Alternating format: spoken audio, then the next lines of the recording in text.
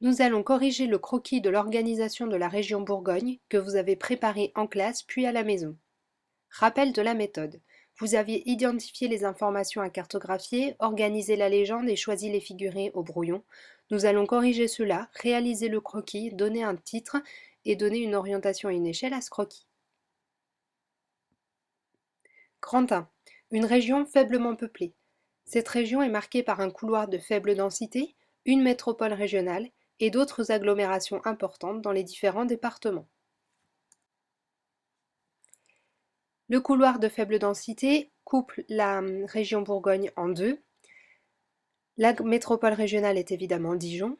Les autres agglomérations dans les différents départements sont Chalon-sur-Saône, Mâcon, Nevers, Auxerre.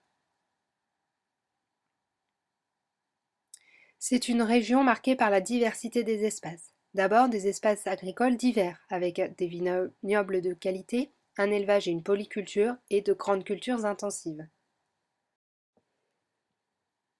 Ces différents espaces agricoles se représentent ainsi sur le croquis de la Bourgogne.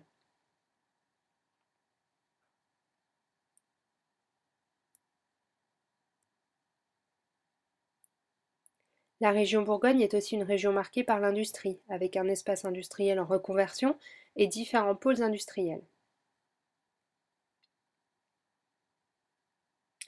L'espace industriel en reconversion se situe entre Autun et Montceau-les-Mines.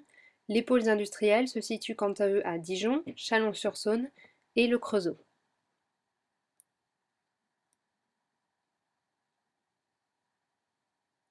La région Bourgogne est encore marquée par des activités touristiques, avec différents sites touristiques et un parc naturel régional.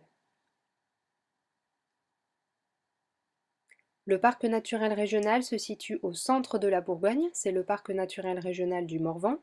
Les sites touristiques se situent quant à eux notamment à Dijon, Beaune et aux alentours de Cluny.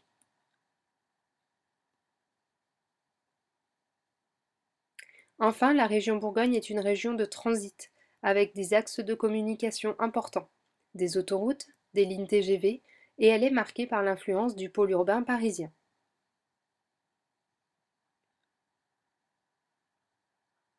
Les autoroutes traversent la Bourgogne du nord au sud et d'est en ouest, tout comme les lignes TGV.